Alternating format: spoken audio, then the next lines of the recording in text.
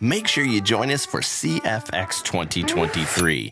This conference features 70-plus teaching and education sessions, which will allow you to upgrade your knowledge in the areas of worship technology, production, building projects, facility use, management, and safety. It's happening October 9th through 11th right here in Dallas, Texas. Come join me as I teach a masterclass entitled Unlocking Success in Mastering Tech Principles with Church AVL.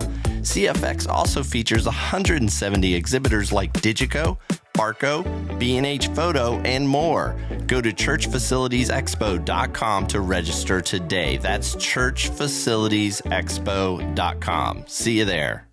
From sold-out stadiums to intimate live performance venues, sound engineers agree on one thing for the best digital mixing consoles for live sound. The only name that matters is Digico. As the recognized worldwide standard for live audio mixing, Digico consoles are renowned for their industry-leading sound quality and ease of use. Whether your application is in a church, broadcast, theater, corporate, sports, or installed sound, Digico offers compact and affordable products.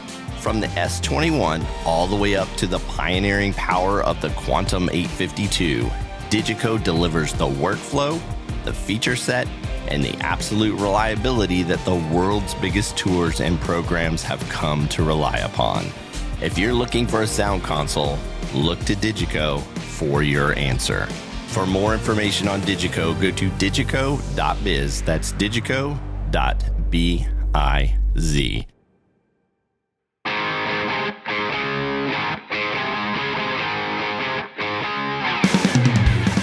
This is the Tech Arts Podcast, where we talk about tech, leadership, and all things that concern church audio, video, and lighting. Welcome to the Tech Arts Podcast. My name is DL. So glad to have you joining us today. Today's podcast revolves around lighting. We interview Matt Mills. He is a good buddy of mine and is one of the top lighting programmers out there. We get into a lot of subjects that will help you with lighting. Plus, Matt talks about a church tech tip that will help your lights auto-follow the talent on the platform. This is a very cool system, and you want to hang on for that. Congrats to Andy at Antioch Community Church in Houston. They won last month's Sound Bullet giveaway. If you want to win free stuff, be sure to like, subscribe, and sign up for our newsletter. You can do all of that at techartspodcast.com. Speaking of techartspodcast.com, we want to welcome on board as a new monthly sponsor, Digico. They joined on with our mission to help churches last month, and we are so happy to be working with them. If you want to find out more about Digico, go to digico.biz. These guys make the best consoles on the market. Once again, that website is digico.biz. All right, I want to stop right here and do just a little bit of a family thing. So I'm a parent. My son is 16 years old. He just turned 16, and for his birthday, I thought, hey, son, what do you want for your birthday? And of course, he gave me a list. But one of the things he told me is he said, hey, Dad, for my birthday, would you mind talking about my YouTube channel on your podcast? And at first, I was going to say no. And then I thought, you know what? What is the harm of having everyone out there, all of you, subscribe to his YouTube channel for his birthday? So here's what I'm asking you to do. Go to youtube.com/@MythicStudiosFilms. It's right there on the screen. Go there, youtube.com/MythicStudiosFilms, and subscribe to my son's YouTube channel. His name's Justin, and we got some really cool content up there. I should say he has some really cool content up there. He filmed myself and him having a lightsaber battle on the side of a mountain, some really beautiful landscape that we do this lightsaber battle in, as well as a lot of animations that he's done. And he's really proud of them. I'm really proud of them. So go to his YouTube channel at Mythic Studios Films, subscribe to it, wish him a happy birthday, and check out some of the films. You know what? If your son or your daughter is wanting to get into animation, you may be able to see something there that inspires them, because Justin, my son, has done all of those animations on his own. He's only 16. It's his birthday wish. Go to youtube.com /@MythicStudiosFilms and subscribe to his YouTube channel. Before we jump into our interview with Matt, I want to share a quick chat I had with Tone Stevens. Tone has an amazing testimony that I want you to hear. Plus, he has a cool event coming up that helps people mix in ears. Well, I should say that's just one of the things that this event does. There are a lot of training opportunities at this event. Okay, let's not make you wait any longer. Please welcome to the Tech Arts Podcast, Tone Stevens. Hey, Tone. What's going on, brother? How you doing? I'm doing good, man. I mean, we're still dealing with 107 degrees here in Dallas, but I'm doing good. No, it's like 67 here right now in PA. Oh, man. So where are you at? I'm in Lancaster, Pennsylvania. That's awesome, man. You say it's 70 degrees? Yeah, it's like 67, 73 right now. Oh, man, you got it sweet. So tell our audience who doesn't know who you are, kind of tell us a little bit about yourself. So my name is Tone Stevens. I started out in the industry doing some extracurricular activities in studios in New York. I got the passion for it all. And then after a while, my uncle seen me kind of going off the rails, and he encouraged me to go because I was very entrepreneurial is the best way to put it. He encouraged me to go and get my degree to work on Wall Street with him. He worked for Legg Mason back in the days for 40 years. And then Legg Mason got bought by Sallie Mae. So I went down the pathway, got my MBA to go work on Wall Street. And then because of the extracurricular activities, things went off the rails, and I landed back into music. And so in that whole extracurricular thing, I was in the studios, and I really had a love for music, but nobody really supported it. My dad used to tell me, like, man, only 1 in a billion people will ever end up in music. And so here I am now, ended up in music. So I'm part of a guitar store called Tone Tailors that's at Rock Lidditz in Lidditz, Pennsylvania. And we've really, through it all, developed a passion for community. So we do a lot of events. We just got done doing a crazy Battle of the Bands. Round 1 of it actually was last Thursday. It was awesome to see people just from our 50-mile radius come in and play their songs. They had to have all originals, and then we picked a crazy cover for them. That's a brief overview. I worked for a church called Worship Center for 6 years right before the pandemic, and then I launched out into this real massive passion for community. You know what's cool, man, is, I meet different people from different styles and walks of life. And it's really cool to see how God brings us along on a journey. None of us start off perfect. None of us start off exactly where we need to be. And it's so cool to hear testimonies where, you said, I got involved in these extracurricular activities, but I'm going to guess that those extracurricular activities probably set you straight. They probably helped you in your path in life. Yeah. I mean, if I wouldn't have been down that road, I'd probably be like a mechanical engineer or something like that. I was in this crazy program. I just remembered it for the first time yesterday. It was called MOST, Mathematical Opportunities in Engineering, Science, and Technologies. And it was driven by Penn State, the college. And so I was on the track to go be an engineer, and then some crazy stuff happened on my 16th birthday, and off the rails I went. But then that off the railsness, I kind of just felt this pulling and tugging. And it's crazy, man. My mama always said, she's like, I always believed you'd be a pastor. I'll never be a pastor, but I'll be pastoral. Yeah, it's cool, man, to hear that testimony. But Tony, it's brought you here today where you now have some cool events that are helping the church market. And on the Tech Arts Podcast, we like to point out these cool things that are going out there that people may not know about. So tell us a little bit about the events that you have coming up. So a few months ago, a good friend of mine, James Barry, he mixes monitors for Beyonce. He hit me up, and we had done an event at Rock Lidditz back in 2020, right before the pandemic, that we were going to take out on the backbones of the off days of Beyonce's tour that got canceled because of the pandemic, of course. But he hit me up and he was like, dude, man, I'm just really feeling this pull on my heart to do something for the church once the Beyonce tour this year ends on October 2nd. And I was like, cool, I'm going to wrap my head around it and see what I can figure out. And I just put out some feelers to people in certain regions that I knew and was like, hey, how would you feel about doing blah, blah, blah, blah, blah, blah, blah. Mostly an in-ear monitoring event. And then it spun, whatever, however you say that word. It spun into something bigger for you. It spun into like, hey, how about you, since you're helping me, host the event and actually co-present an event in these different regions. So we're starting here in Rocklitz on the Rocklitz campus using Studio A and Mickey's Black Box, which are two amazing venues one's for rehearsal and one's an actual theater that was built by Michael Tate. And it's only been open for like a year now. But October 9th and 10th we'll be here in Rocklitz, and it'll be DMB's doing their mixed kitchen. For audio is going to be doing an proper in-ear maintenance class. James will do an in-ear training event. And then Daniel Ellis is actually coming in as well to do another non-hands-on version of the mix kitchen that DMB is putting together, where he'll mix a band that I can't say out loud yet.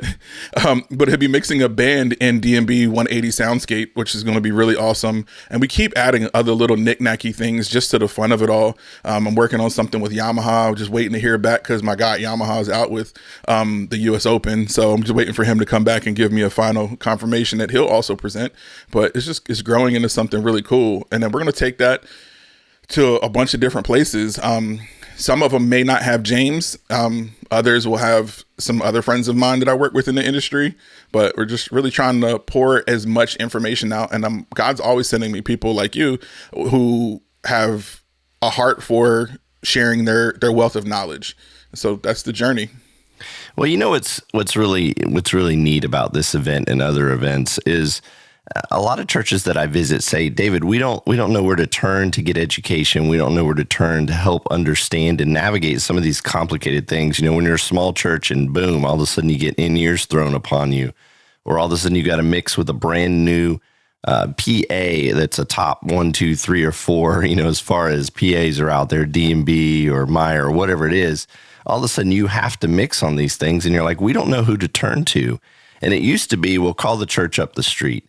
But now there's so many events out there like this event that you're doing where people can come in and see how to mix in-ears, how to do soundscape on DMB, how to do some of these very complicated things that churches are now installing into their church. So that's really cool. And if they want to find out about it, they go to on Instagram at Go4Berry Productions or at roadcrew_live. Is that correct? Yes, sir. So that's at Go4Berry, BERRY Productions, or at roadcrew_live. Go there. You'll find out more information that's going to be dropping. Make sure you follow those guys and find out more about these really cool and exciting events. Tone, thanks for coming on today, man. Absolutely. Thank you for having me. Our next guest's resume will blow you away. He has worked with Motley Crew, Korn, Sammy Hagar, Three Doors Down, Disturbed, Linkin Park, Michael Buble, and more. I can attest to the "and more" part of that statement, as I have worked with him on a couple church theatrical productions that had thousands of people turning out to see an amazing show of lights, video, and sound. Of course, we don't care about the video and sound. We only care about the lighting part of that. Plus, we worked together on a few worship concerts, including one that produced a top 5 live worship album in the church market. This man knows how to rock the lighting world. Please welcome to the Tech Arts Podcast, my friend, Matt Mills. Hey, Matt. Hey, Dave. That's quite the intro there. Thanks, man. Yeah, well, all of it's true, right? I guess, it's kind of funny looking back, on like whenever memories pop up on Facebook and stuff like that. I'm like, oh yeah, I did that, didn't I? So it's kind of cool. Yeah, well, I can definitely attest to the Motley Crew one, and I think Megadeth as well. You got me into Three Doors Down as well. You've got me into a lot of concerts over the years.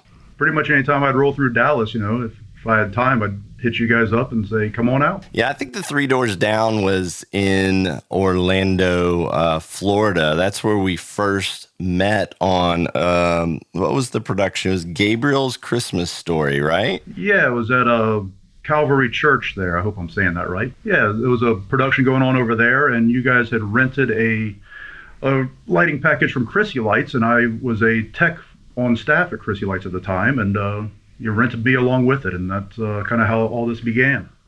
I never looked at it that way. We rented Matt Mills for the production. Yeah, it was a massive church production. I still, to this day, I think it's one of the best ones that was ever done. I mean, they had Cirque du Soleil, people flying around, and comedy and theater and rock and roll and all of it. And I remember calling up Christy Lights because, it was too big for the lighting rig we had in the building, and we had to bring in a lighting rig to light, front light, back light, all this stuff. And I remember calling Christy trying to explain it to them, and they were like, well, we don't quite understand what you're saying, but we think we have the right guy for it. And so that's when Matt came in, and I think we did a couple years of that together. I think so. I think it was a back-to-back.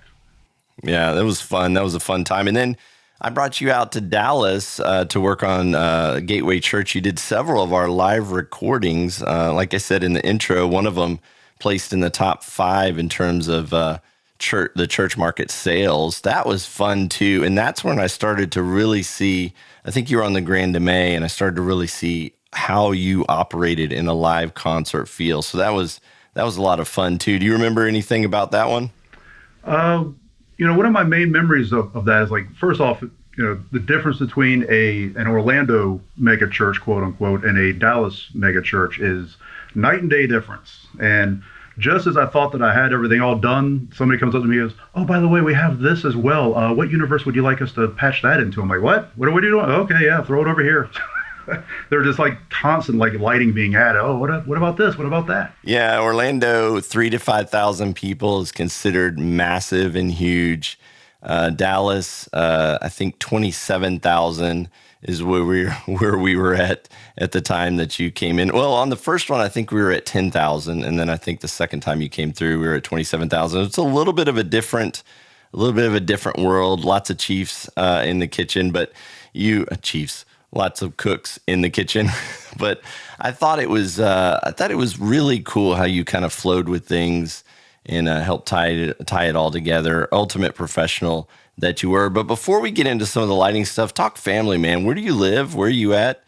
Tell me a little bit about yourself.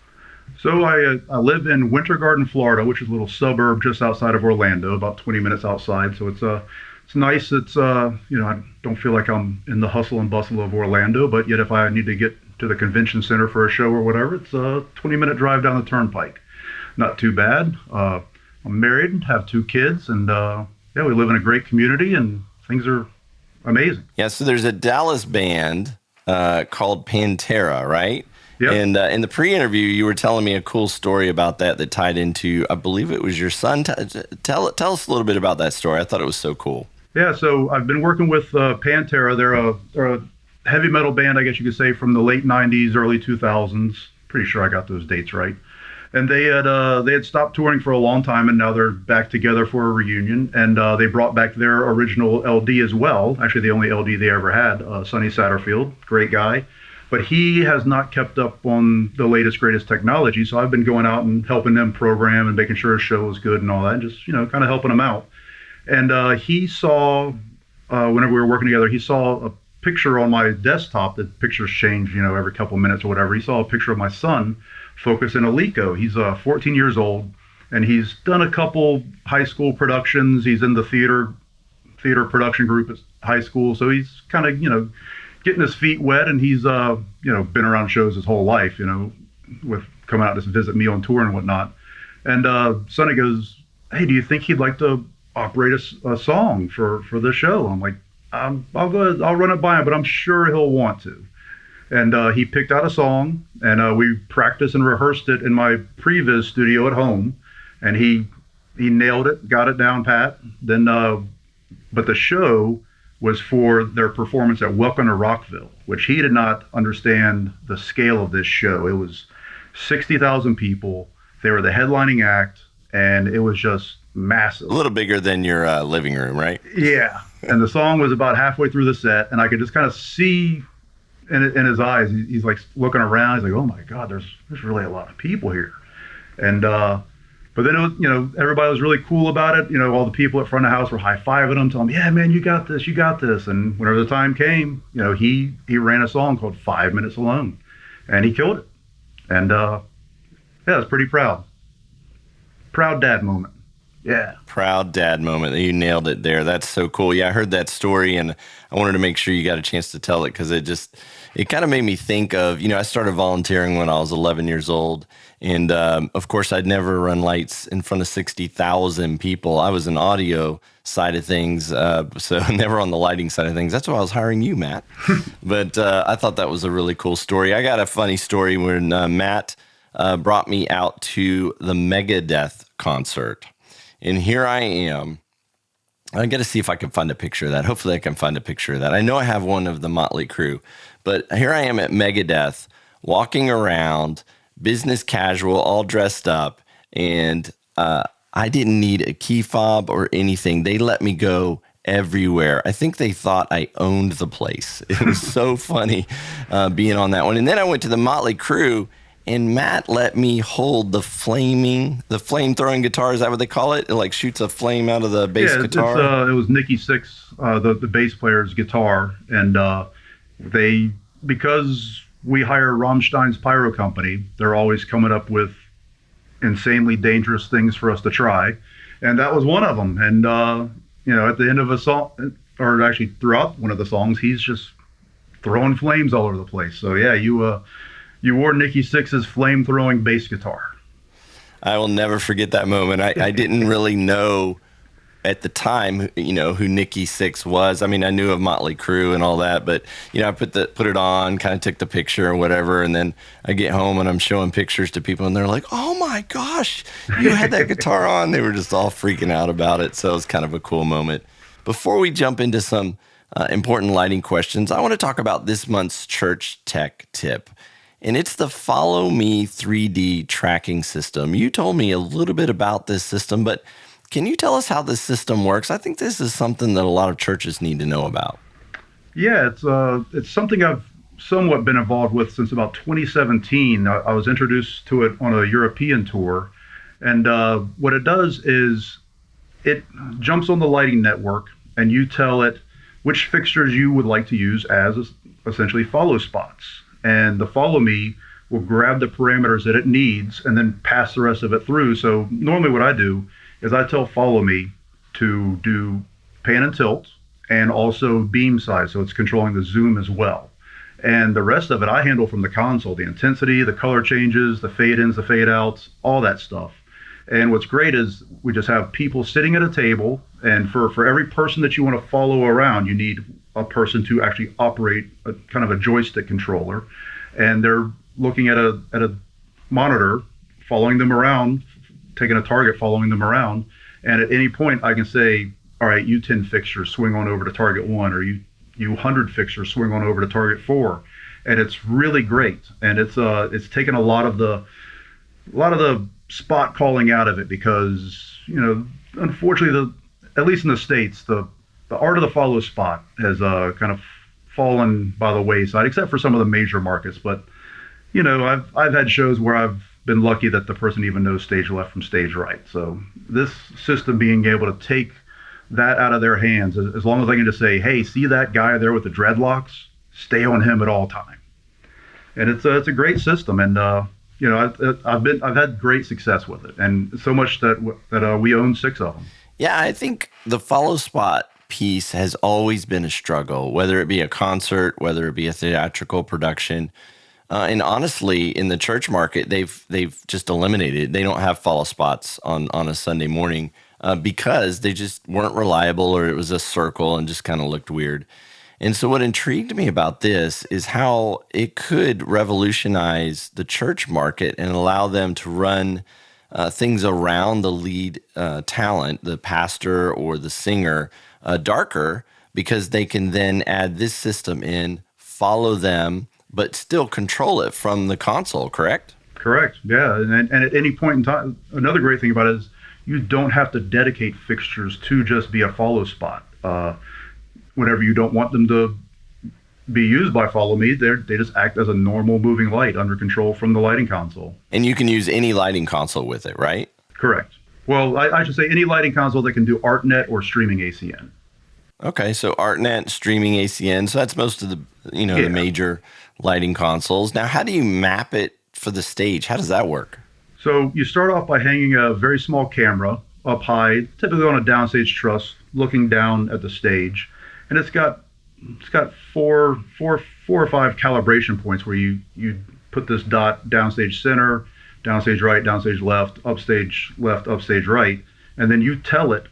You enter into the follow me system how far away from downstage center is downstage right, and same thing for downstage left, and how far upstage and left and right, and then it knows the 3D area that it is playing in.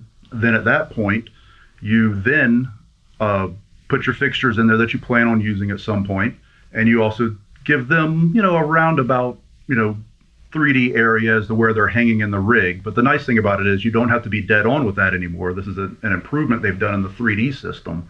You run this fixture calibration or fixture refinement wizard, and each fixture irises down, and you literally move it over to each point on the stage, all 4 points. And whenever you say, okay, you've reached this point, you've reached that point, you've reached that point, then it knows, oh, okay, so if I had to pan and tilt this far to hit this point, this far to hit that point, I must be hanging right here. So it makes it a lot easier than it used to be. Yeah, that's very cool. So, if a church wants to figure this product out, buy it, maybe even, I don't know if you do this, but bring you in to train them, like, what's the best way to get a hold of the Follow Me 3D tracking system? Can they contact you, or do they need to do something else? No, they can contact me. And in fact, I recently went out to a country artist, Eric Church. They have their own Follow Me system that they own, and they just needed me to come out and get their people trained up, because the people that they had in the past that were setting it up and dealing with it on a daily basis, they were on other tours. So I went out and trained 3 or 4 of their techs, and so far I haven't gotten a phone call, so I guess I did pretty good. Yeah, so if you want to check out the Follow Me 3D tracking system, you can get a hold of Matt at mattm@touchlx.com. Is that correct? That is correct. That is the design firm I'm a part of, Touchlight and Media. Yeah, so you can get a hold of him there, and he'll be happy to tell you more about it, as well as come out and train you if it's something that you guys are interested in. So Matt, everyone wants a lighting system that rocks, and I've got a bunch of questions I want to ask you about that. Questions like, should we use time code, favorite and best lighting console for churches? I want to get your opinion on MIDI and how you've used it, plus talk what we should look for in a lighting op. We're going to talk about all of that with Matt right after this message from our sponsors. Hang on, everyone. Today, we have a very special sponsor of the Tech Arts Podcast. We are so happy to have CFX sponsoring today's show. Joining us today to tell us about CFX is Stephanie Lippy. Hey, Stephanie. Hi. Stephanie, tell us about CFX and how this conference helps churches. Well, we at CFX, we are so excited to be able to help churches kind of with the more practical side of church.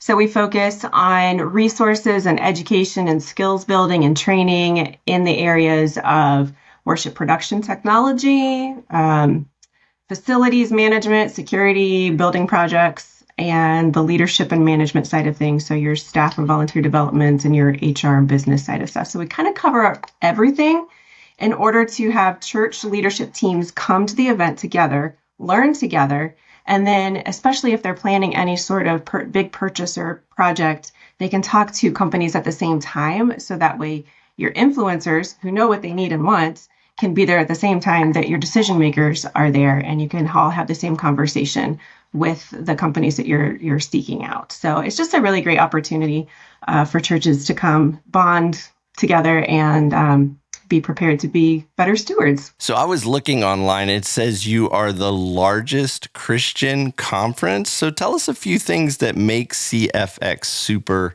special. Mm-hmm. I know one. It's in Dallas, Texas. That makes it special right there, because that's where I'm from, Dallas. And everything's bigger in Texas, right? Everything is bigger in Texas. You got to bring the largest expo to Texas, right? Exactly.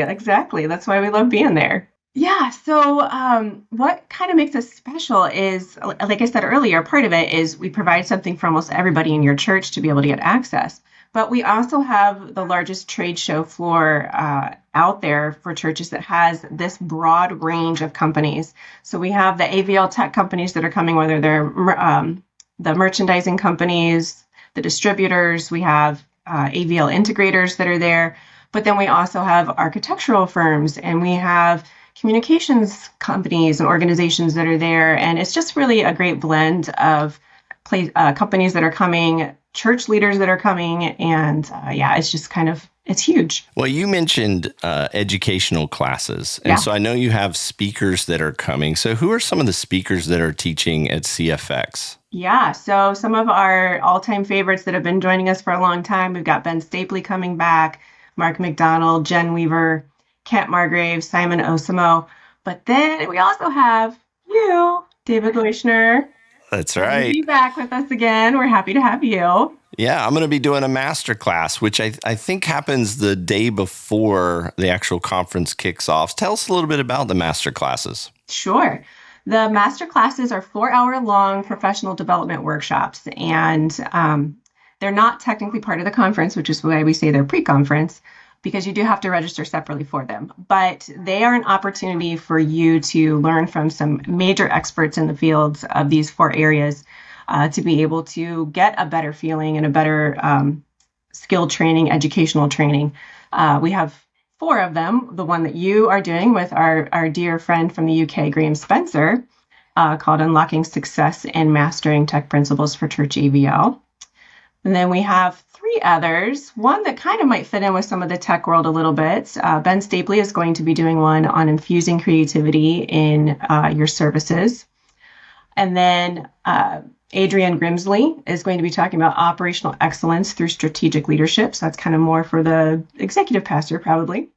And then finally, Lupe Garza is going to be talking about church safety in the 21st century, because we all know that has become a major issue for most churches, in almost every state.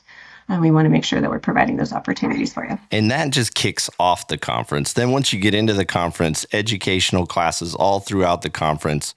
You have manufacturers on the floor. Digico, they're a sponsor of this podcast, and others will be on the floor, so you can kind of get your questions answered right there. Hey, Stephanie, I've heard something about the collectives at CFX, but I don't know what that is. Can you tell me a little bit more about that?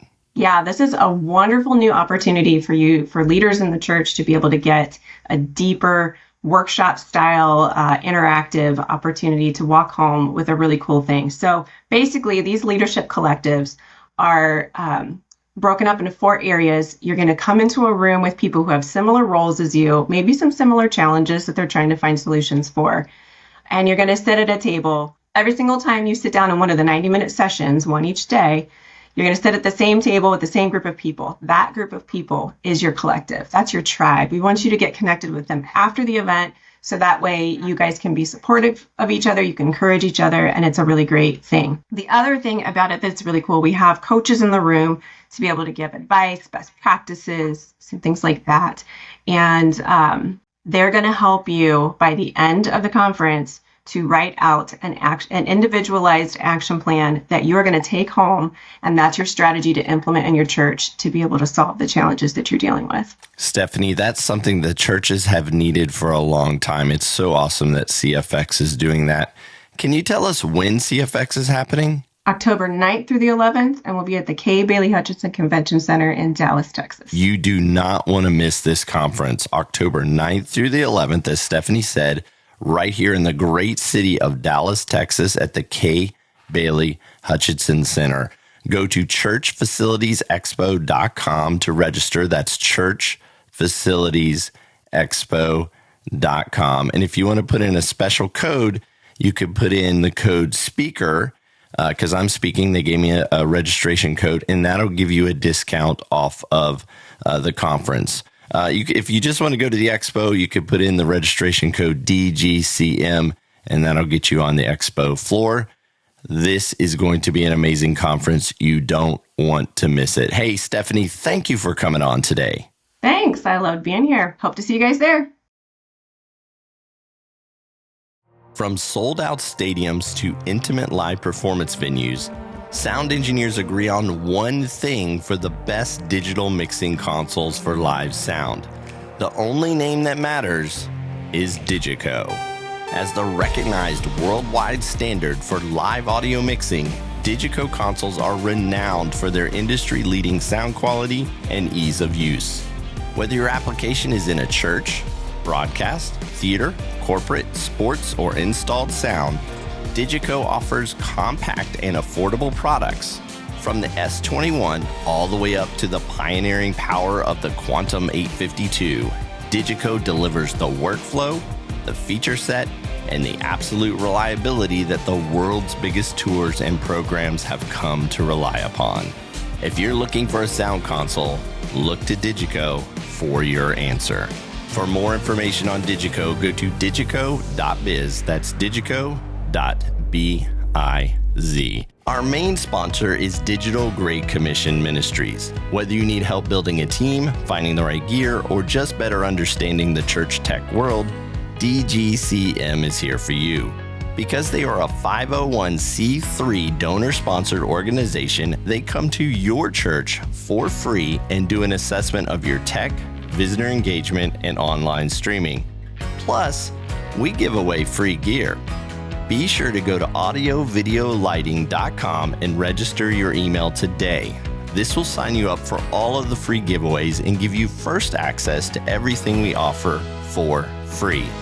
If you want free resources, training, or consulting, contact Digital Great Commission Ministries today by going to audiovideolighting.com. That's audiovideolighting.com. Welcome back, everyone. We are talking with Matt Mills in how to get a lighting system that rocks. So, Matt, let me start off with this question. What is the most important piece of the lighting rig? Well, if you're starting off, with a tight budget, I would say definitely go for some wash lights, simply because, you're going to cover the stage better. And you need to see, the person that you want to see up there. So wash is a good way to go. And I would certainly recommend an LED source if you can, simply because of the maintenance aspect of it. You don't have to worry about buying an expensive lamp every 6 months or so. So you want to start off with the wash light. Is there what order would you lay it out? Hey, I've got a low budget, so I got to buy this first, and 6 months later I got to buy this, and then 6 months later I got to buy this. I know a lot of churches that run straight to the candy, all the stuff in the background, and then they have trouble. I get a phone call, it's like, we can't see our pastor. So that's why you heard Matt just say, hey, the wash, because you want to be able to see face first, and obviously you want to be able to do backlights, but Matt, kind of what order should people buy things in? Because there's a lot of pressure, especially on the music side, to do something that looks cool. And when you say, hey, buy wash lights, like, that doesn't look cool. So kind of lay out a path that gets somebody to the cool lighting rig that they want. Yeah, I would start with the wash lights, to make sure that you're lighting up the people that need to be lit up, and then start adding in some effects. You could go with some profile lights to put up stage, to throw some patterns on the ground there, maybe some sweeps out in the crowd, if there's like a musical act happening. Then just keep building from there, or even another option, instead of buying, have a good relationship with a local vendor, and maybe rent last year's hot item instead of this year's hot item. It's still going to be great, but the touring LDs are going to be like, oh, look at this new flavor of the week, let me get that. Meanwhile, last year's flavor of the year is going to be sitting on the shelf at the lighting shop, waiting for somebody to rent it. So that's another option as well. Another easy way to make things look pretty cool on stage is, get some vertical truss in there on stands. And you can set a light on top of it, and you could throw a simple LED light inside the base of it and tone the truss, and you can move that around, every week, and have a different configuration every week. I liked what you said about renting. I make this suggestion a lot, and that is, hey, David, we only have $10,000, or we only have $15,000, or we only have $1,000. What do we do? Go and get a small budget to rent some lights to see what you want to buy. So you can actually, you may spend $300 or $400 doing a rental, or maybe $600 or $700 doing a rental, but then you know exactly what you want to buy, if it's going to work, if it's the right brightness, etc. So that's a pretty cool suggestion to go out and rent. Not only can you see what this year's favorite is versus last year's favorite, but you can also beta test your budget before you go and spend all of that money. So Matt, a lot of people come to me and they say, what lighting console should I get? So I kind of have two questions here. The first one is, what is your favorite lighting console and why? Well, I've been behind the Grand MA since, I want to say 2000, when Grand MA 1 came out.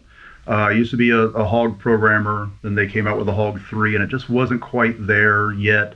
And then Grand MA came through with a great, training, regimen or whatever. They would roll through all the major markets and have everybody come out, and they would train them for free. And we ended up putting the very first Grand MA 1 on Disney property.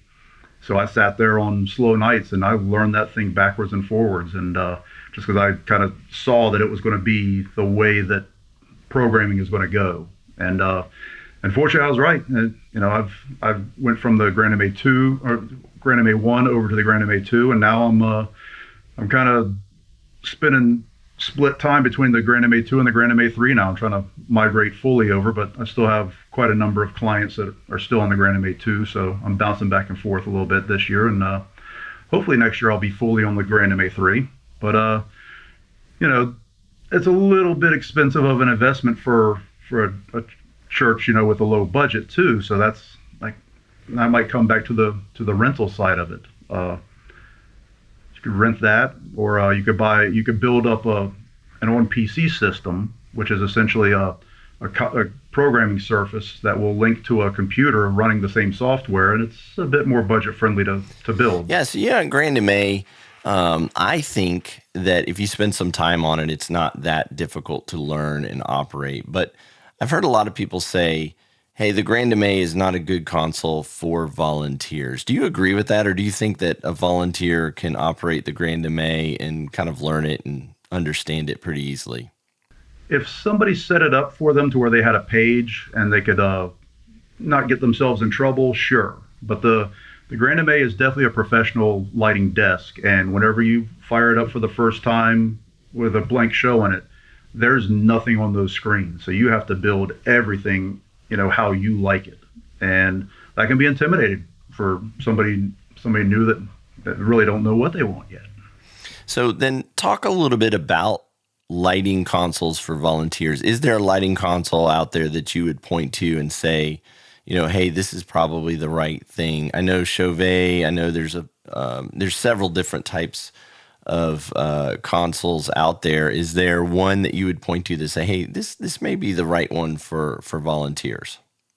No, I haven't used it that much. In fact, I've only kind of poked at it at LDI, but I believe it's called the Onyx Obsidian, and it seems to be very user-friendly, somebody getting into it. So that would be worth looking at. But again, it's also going to need to be set up, at least patched, and some looks made for a volunteer to just bring up some faders and bump some buttons.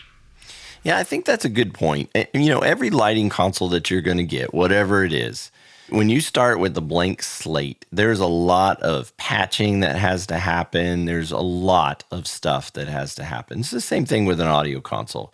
And so I wouldn't expect a volunteer to come in, you hand them a blank, lighting console, and then you're just up and running. So I think Matt makes a great point here.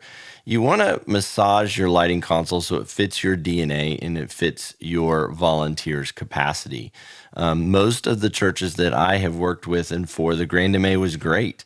We had high-level guys coming in that would spend time on it. We had either part-time or full-time guys that could train the volunteers on how to do it and how to operate it.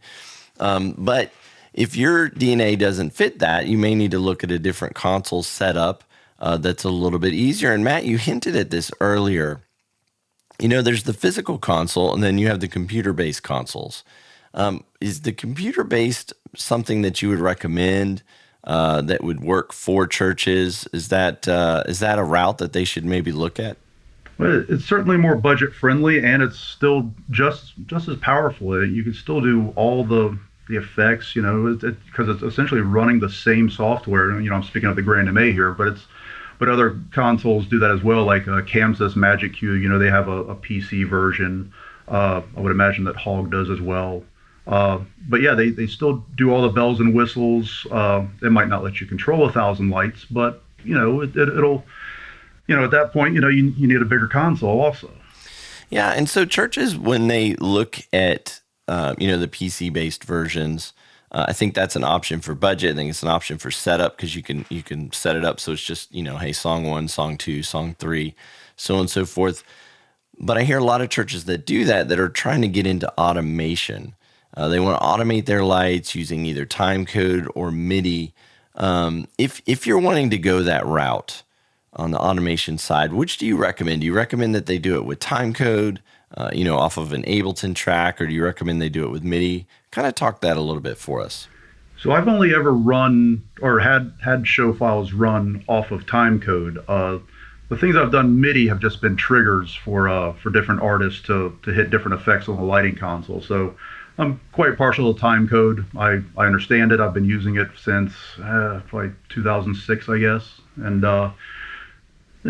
once you get your head around it, it's not as scary as a lot of people think it is. One of the main tricks to it is getting in and out of it cleanly. And what I mean by that is, if you have a lookup on stage and then somebody's about to roll that time code and it's going to snap into exactly where it's supposed to be, it could look kind of like a mistake, to tell you the truth, on stage. Like the lights will just snap into the next cue for time code. So you kind of need to build a little in-between look there that will get you into where you want to be, then you'll be off and running.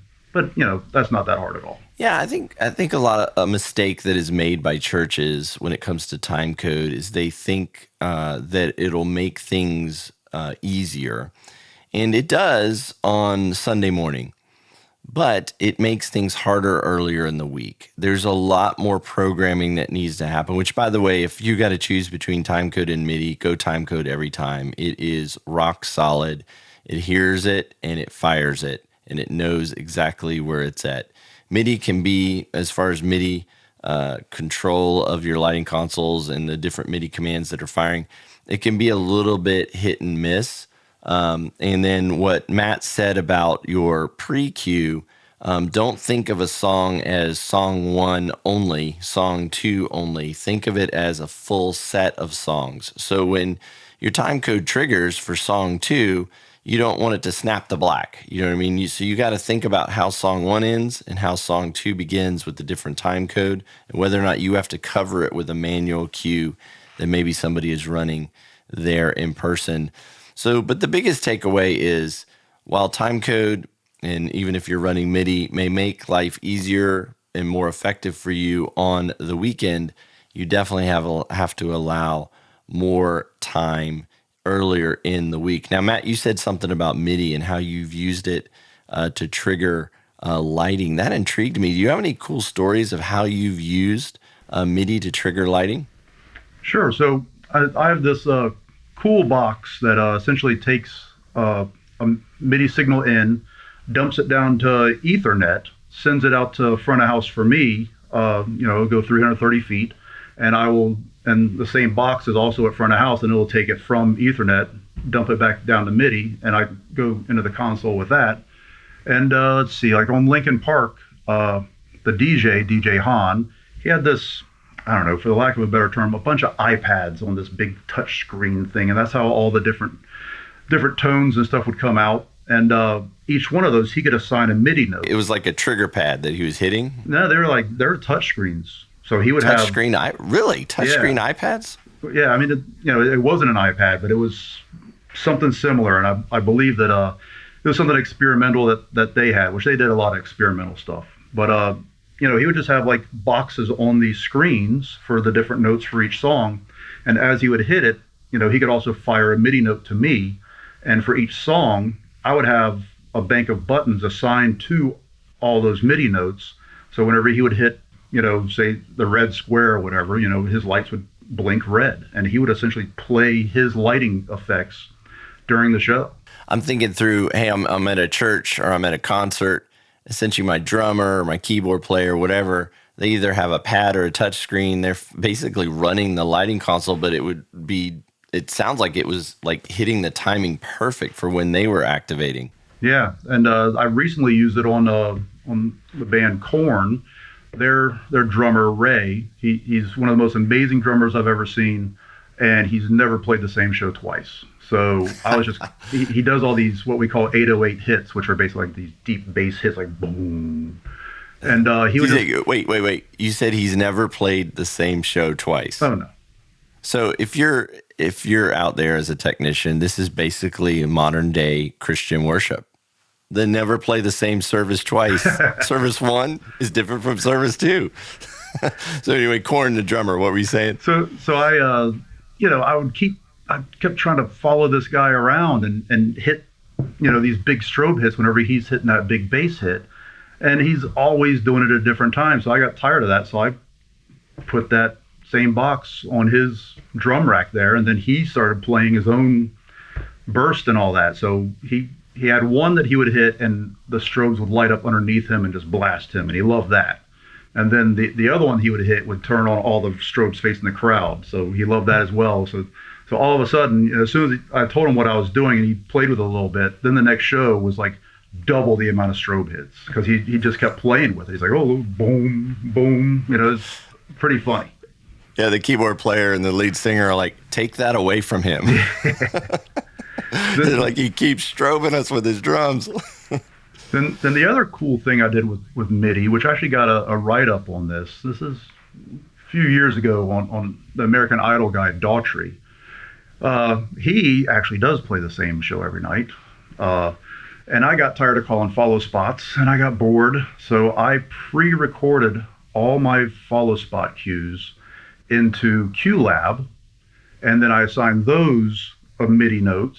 And from the lighting console, I would tell the Grand MA in my cue stack, fire MIDI note 3 at a certain time, and it would then have my recording go out of my Mac playing QLab into the base station of ClearCom up to the spot ops, and it would just be a recording of me saying, stand by all spots to go to frame 3. And then my next cue, I'd trigger the next note, and it would say, and all spots go, frame 3.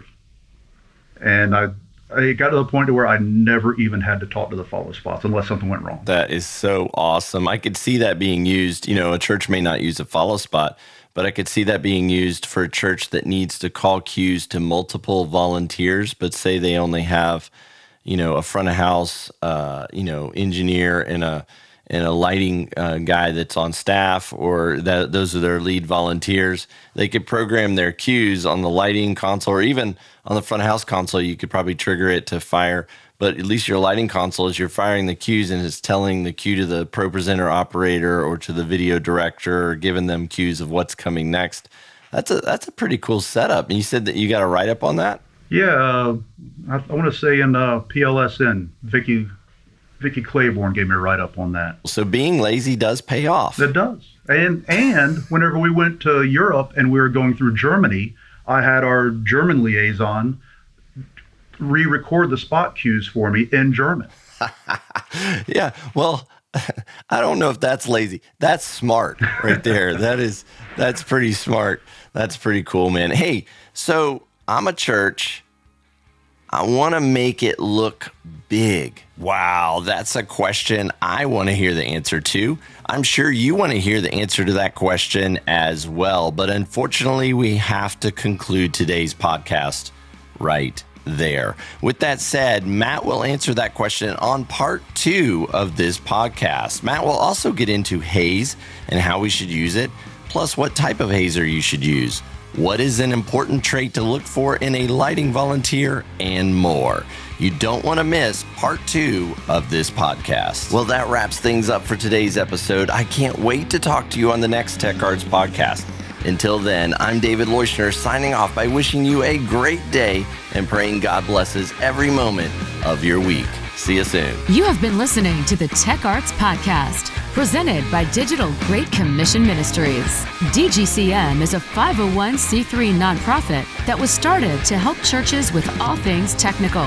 Whether you need help building a team, finding the right gear, or just a better understanding of the church tech world, DGCM is here for you. Find out more about our free on-site visits, reports, and consulting by going to audiovideolighting.com. Digital Great Commission Ministries will help you run your church service like a pro. Find out more at audiovideolighting.com.